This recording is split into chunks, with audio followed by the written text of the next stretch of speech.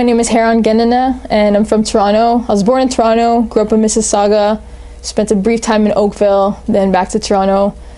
I am an artist enabler, an art producer, and an artist. To get more specific, I'm a conceptual artist, and to push it, I'd say maybe conceptual surrealist artist.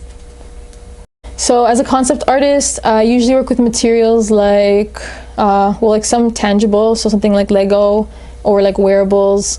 And then in terms of softwares or the tools of technology, I've been using a 3D software in a VR headset. It's called Gravity Sketch. And it's basically spatial. It gives you the ability to create in a spatial environment. So right now I'm working on this concept. It's basically a message that I would like to express and execute intentionally through different mediums, different realms. They cross between physical realm, virtual, digital, for example, AR, VR, which would be fully immersive. And what I'm interested in is basically engaging people through those mediums and having an experience that brings them through the mediums and that kind of points to themselves in some way.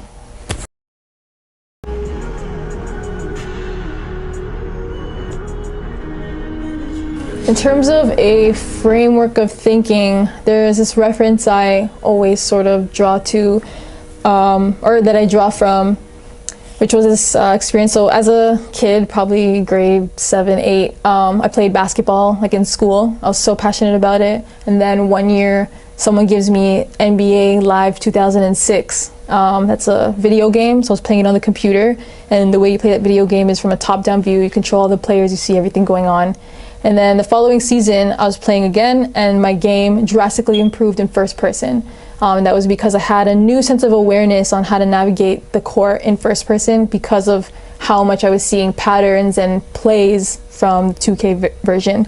So I usually take that experience and sort of apply it to life as I'm navigating life, as I'm navigating different industries and sectors.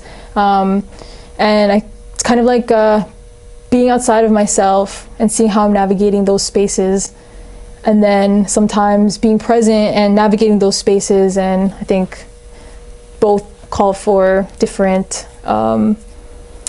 just different ways of existing. So like being present, you need to just be more intuitive, and that's its own thing, and then you'll be more analytical from a top-down view. And so both of those play a great role in just being aware of where I am situated in this whole thing called life.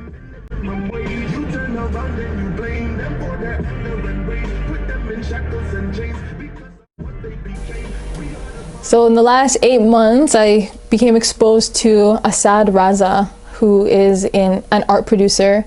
And I was exposed to Asad Raza through how he was described in an article called Solving the Scenario, written by Eric J. Henderson. It's a Huffington Post piece.